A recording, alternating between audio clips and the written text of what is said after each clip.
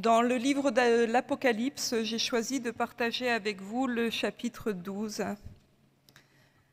Un grand signe apparut dans le ciel, une femme vêtue du soleil et qui avait la lune sous ses pieds et une couronne de 12 étoiles sur la tête. Elle était enceinte et elle criait dans les douleurs et les tourments de l'accouchement.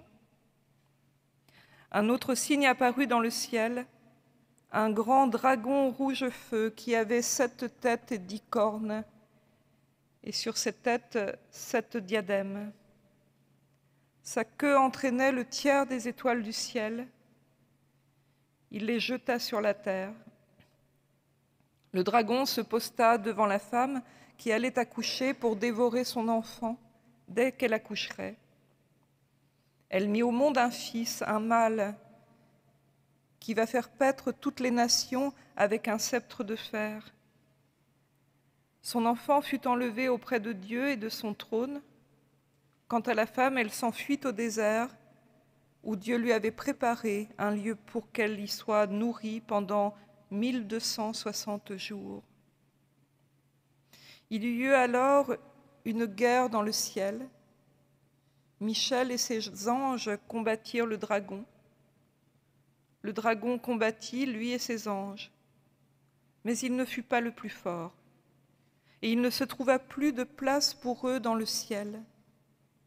Il fut jeté à bas, le dragon, le serpent d'autrefois, celui qui est appelé le diable et le Satan, celui qui égare toute la terre habitée. Il fut jeté sur la terre, et ses anges y furent jetés avec lui. Alors j'entendis dans le ciel une voix forte qui disait : « Maintenant sont arrivés le salut, la puissance, le règne de notre Dieu et le pouvoir de son Christ. Car il a été jeté à bas l'accusateur de nos frères, celui qui les accusait devant notre Dieu jour et nuit. Mais eux, ils l'ont vaincu à cause du sang de l'agneau et à cause de la parole de leur témoignage. Ils n'ont pas aimé leur vie, même face à la mort. Aussi soyez-en faits, cieux, et vous qui y avez votre demeure. Mais quel malheur pour vous, terre et mer, car le diable est descendu vers vous en grande fureur, sachant qu'il a peu de temps. » Quand le dragon vit qu'il avait été jeté sur la terre, il poursuivit la femme qui avait mis au monde l'enfant mâle. Alors les 2 ailes du grand aigle furent données à la femme pour qu'elle s'envole au désert, vers son lieu, où elle devait être nourrie 1 temps, des temps et la moitié d'un temps, loin du serpent. De sa bouche, le serpent vomit de l'eau comme un fleuve derrière la femme pour que le fleuve l'emporte. Mais la terre secourut la femme. Elle ouvrit sa bouche et engloutit le fleuve que le dragon avait vomi de sa bouche. En colère contre la femme, le dragon s'en alla faire la guerre au reste de sa descendance, à ceux qui gardent les commandements de Dieu et qui portent le témoignage de Jésus. Et il se posta sur le sable de la mer. Je vous invite à chanter le psaume 25 dans les psautiers français, les strophes 1, 2, 3 et 4.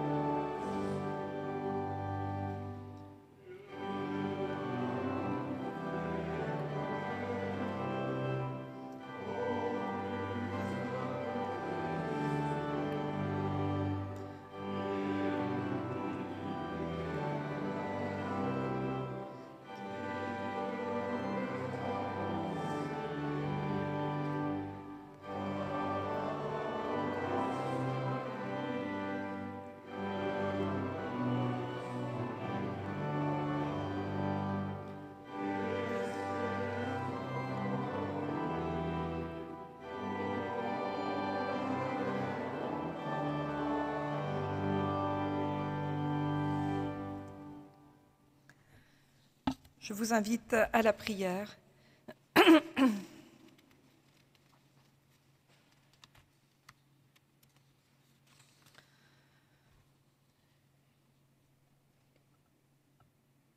Éternel, ouvre nos yeux et notre intelligence aux paroles du passé, qui s'adressent encore à nous à travers les textes de la Bible. Permets que nous puissions entrer en communion avec celles et ceux qui ont voulu transmettre leur témoignage de foi dans une langue qui parfois nous échappe.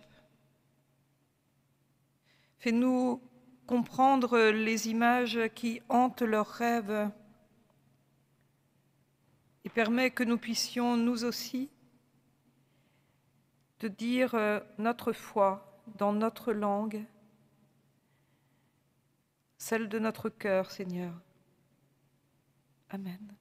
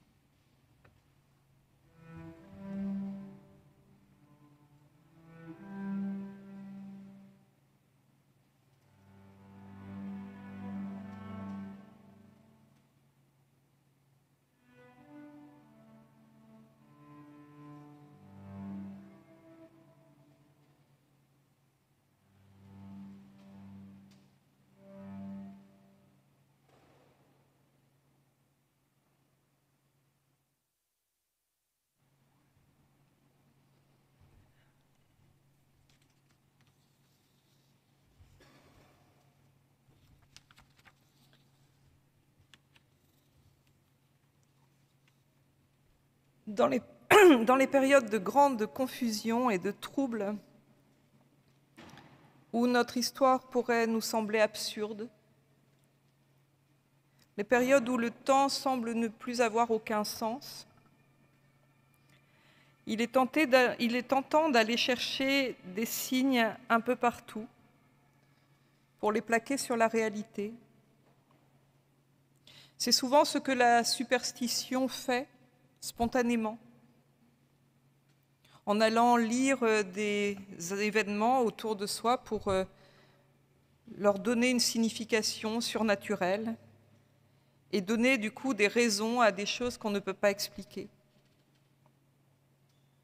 C'est aussi en quelque sorte ce que la Bible préconise quand elle parle de lire les signes des temps, reconnaître ce qui se passe et savoir interpréter, comprendre, peut-être même prévoir les temps futurs.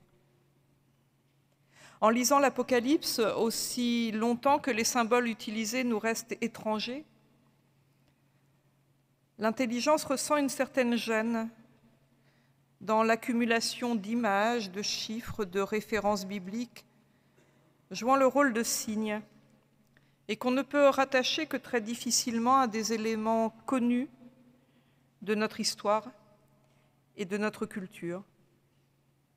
Le code reste caché tant que le contexte du texte n'est pas éclairé. Et dans un texte qui se dit être une révélation, on a l'impression qu'on est devant un ésotérisme, quelque chose de caché, de fermé. Pour lire le livre de l'Apocalypse, on rêve d'une table de correspondance qui permettrait de convertir les images en significations claires. Mais est-ce ainsi que la littérature apocalyptique se laisse saisir ? Cette forme particulière de récit se trouve déjà dans les textes des prophètes de la Bible et se reconnaît à quelques indices. Le récit parle toujours, par exemple, d'un voyant, un être choisi, un humain, pour recevoir une annonce de l'ordre du dévoilement. En effet, Apocalypse ne veut pas dire catastrophe, comme malheureusement on l'entend un peu partout, mais dévoilement.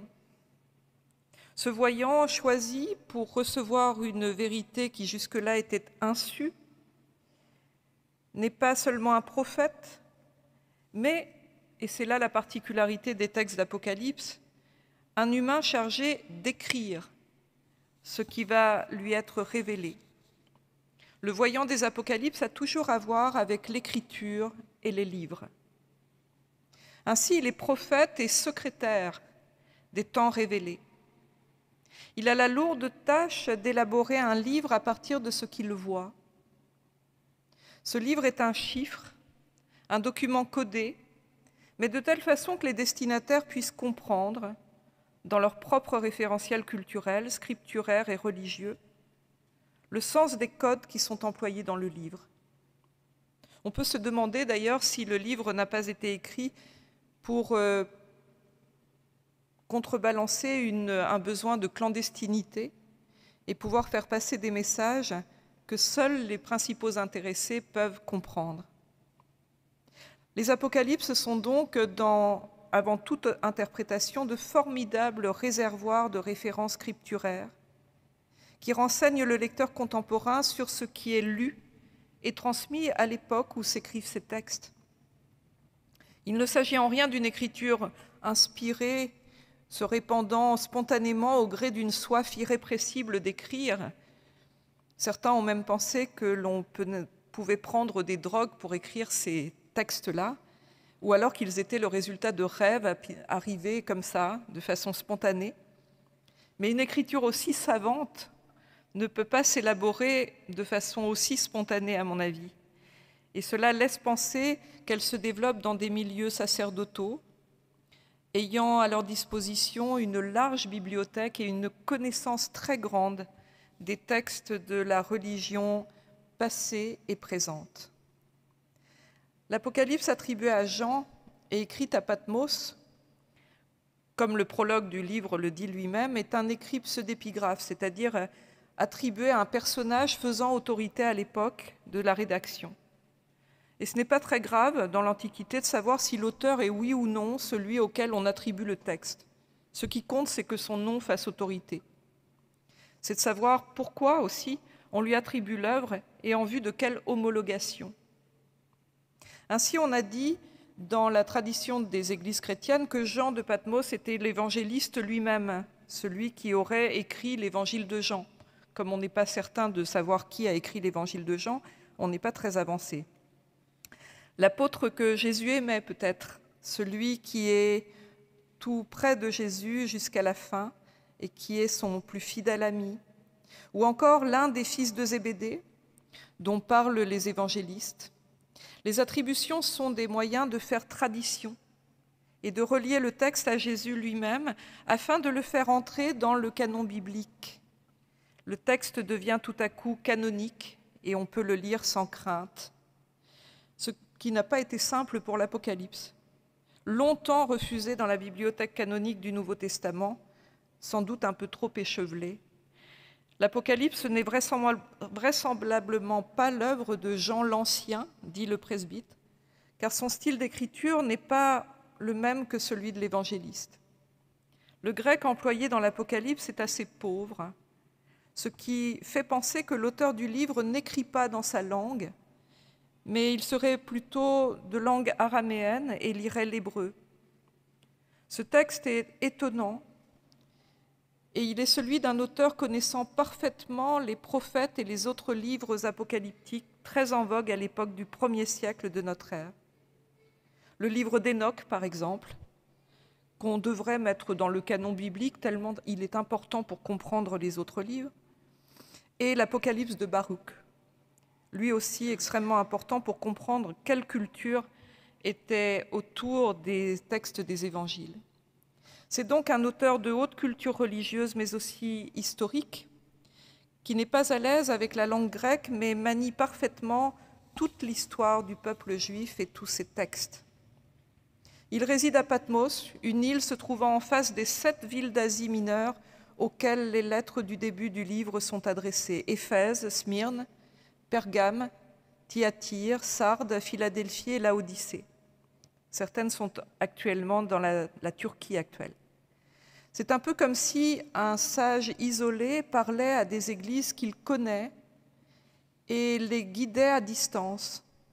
On a souvent fait de ce personnage un exilé contraint par l'Empire romain à se réfugier dans cette île contre son gré. Il écrit dans le premier chapitre « Moi, Jean, votre frère, qui prend part à la détresse, à la royauté, à la persévérance en Jésus, j'étais dans l'île appelée Patmos à cause de la parole de Dieu et du témoignage de Jésus-Christ, quand je fus saisi par l'Esprit. » Mais Patmos ne figure pas dans les lieux d'exil déterminés par l'Empire, et Jean s'y est sans doute installé de son plein gré. De plus, le livre est daté des années 90 de notre ère et le règne de l'empereur Domitien n'est pas connu pour avoir persécuté terriblement les chrétiens comme l'empereur Néron l'avait fait si cruellement dans les années 60, accusant les chrétiens d'avoir provoqué l'incendie de Rome. Jean est donc saisi par l'Esprit, comme dit le texte, ou plutôt il est dans l'Esprit, dit le texte grec, et entend une voix qui lui intime l'ordre d'écrire. Que doit-il écrire? D'abord des lettres aux anges des communautés chrétiennes d'Asie mineure. Ces anges sont sans doute ses correspondants. Puis toutes les visions qu'il verra durant ce grand dévoilement, et il en voit beaucoup. Reprenant les motifs du livre d'Ézéchiel avec les fameux tétramorphes, les 4 vivants, le livre d'Ésaïe, bien sûr, le livre de Zacharie avec les fameux cavaliers de l'Apocalypse, et le livre d'Hénoch, un livre où l'on trouve des traités d'astronomie, qui sont plutôt des traités d'astrologie. Le livre se transforme en une suite de visions devenues langage. Comme dans un rêve où les scènes se succèdent sans discontinuer, le récit de Jean nous raconte ce qu'il voit, sans expliquer vraiment, sans interpréter vraiment les images qu'il met sous nos yeux dans ce livre, et en essayant d'être fidèle à ces images qui agglutinent toutes les références scripturaires et traditionnelles de sa religion.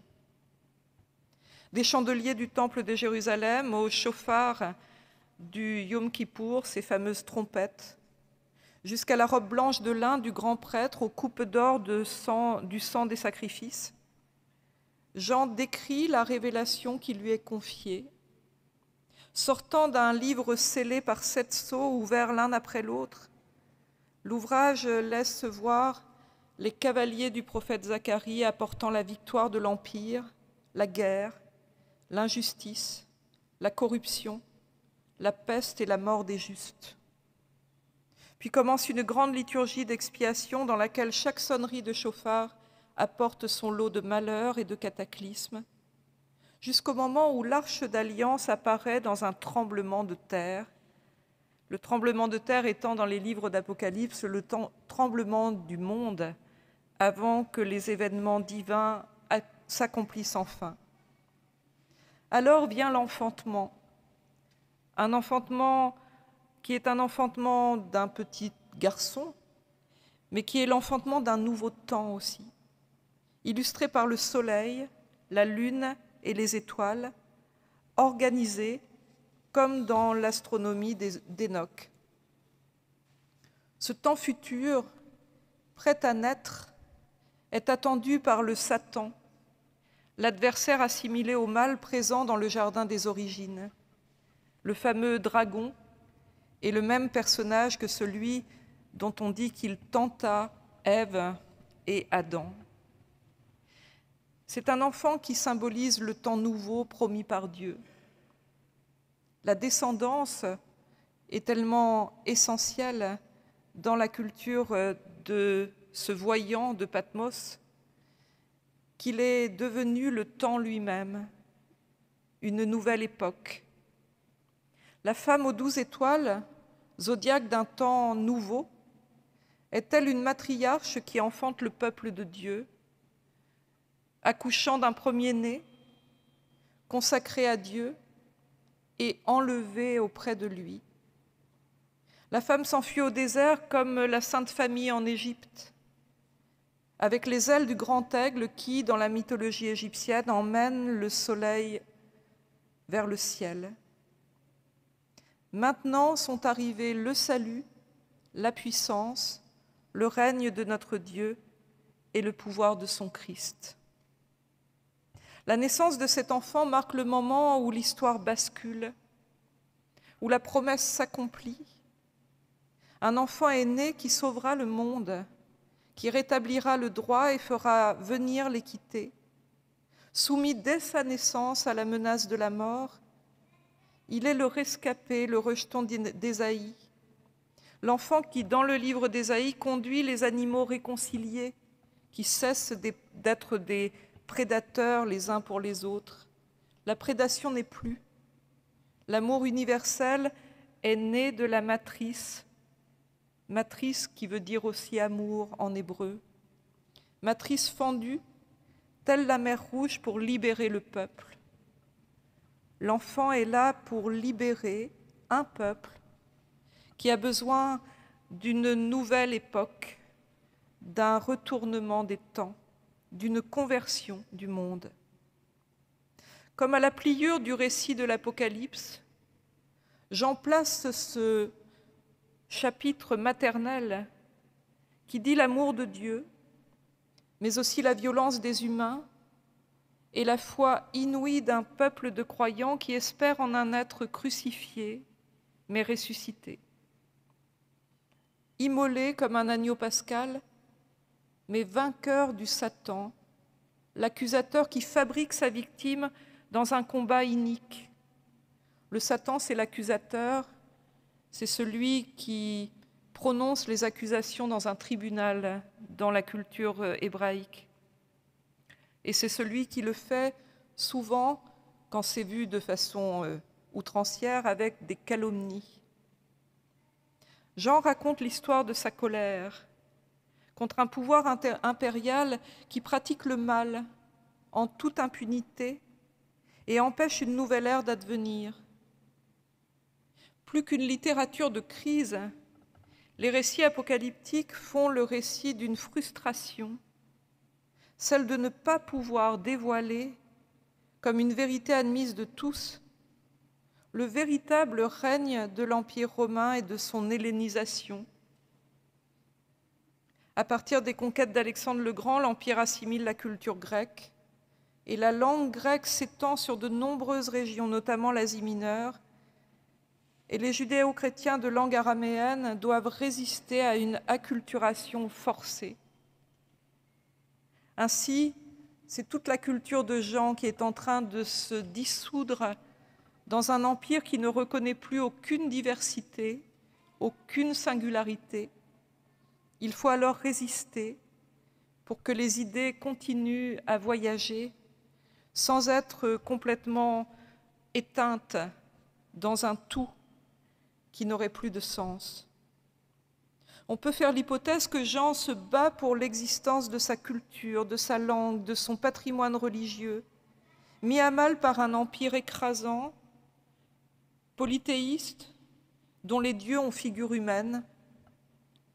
Son culte sans image à ce voyant de Patmos, sa littérature prophétique et sa vision linéaire de l'histoire semblent contraires en tout point à la domination d'un empire qui paraît se nourrir d'une culture où les dieux règnent sans partage sur les autres religions. Il fut un temps où l'Empire romain acceptait la religion des autres et pouvait faire de la place pour les dieux des autres. Là, les empereurs deviennent belliqueux à l'égard des temples où on adore ce Dieu qui n'est pas dans le Saint des Saints, ce Dieu qui semble absent. Sous la chape de plomb de la Pax Romana, ce moment où l'on fait croire que tout va bien, les chrétiens des commencements s'attendent à toutes les violences, à tous les abus et toutes les provocations. Si Domitien n'est pas Néron, il n'en est pas moins un fervent adepte du culte impérial. Il veut qu'on l'adore comme un dieu et déteste ces chrétiens qui ne jouent pas le jeu du culte de la personnalité. C'est devant un pouvoir devenu fou, qui va s'éteindre lui-même et d'ailleurs s'affaisser sur lui-même, que se trouve le voyant de Patmos. Alors, dans un élan de courage, tel un lanceur d'alerte des temps modernes, il écrit les dangers d'un pouvoir hégémonique qui tue le pluralisme et règne sans partage sur toutes les autres cultures. Comme s'il attendait un éveil, un réveil des consciences. Jean, le visionnaire de Patmos, écrit, et il le fait dans la langue de l'adversaire, sans elle, sans avoir vraiment de plaisir à l'utiliser, comme on utilise une langue véhiculaire pour le commerce. Mais il ose un témoignage sur la violence d'un pouvoir injuste, et il entend bien que ce témoignage circule sur les routes commerciales de cet empire hellénisé. Combien sont-ils aujourd'hui, ceux qui refusent la paix inique, la tranquillité qui laisse avancer le mal? Combien sont-ils à écrire, parfois au risque de leur vie? Quelles sont les visions et les cauchemars qui les hantent pour qu'ils prennent la décision d'écrire? Quels sont les rêves et les espoirs qui leur donnent le courage de s'opposer avec pour seule arme leurs mots? L'Apocalypse est une histoire de résilience par le livre. Celui qui met des mots ensemble pour dénoncer la violence du monde écrit un livre. Notre époque vit une guerre des mots, ceux qui mentent et ceux qui font vivre. Tous ces mots sont mêlés. La mondialisation qui devait rapprocher les peuples et leur permettre de se côtoyer plus facilement, les a placés sous la domination d'une parole qui les divise et les effraie. Nous avons besoin d'une révélation, d'un dévoilement du combat à mener, chaque jour avec nos mots, avec les mots qu'on nous impose, avec les récits qu'on voudrait nous faire croire, pour que notre esprit continue à nous guider vraiment et que nous ne soyons pas comme des automates devant la langue qui nous est imposée, loin des faux prophètes et de leurs outrances, loin des paroles prêtes à être répétées, loin des slogans creux et des communications sans contenu. Quand Dieu annonce son salut et sa justice, il veut en même temps que l'homme écrive. Et si cette liberté était notre véritable résilience à nous? Amen.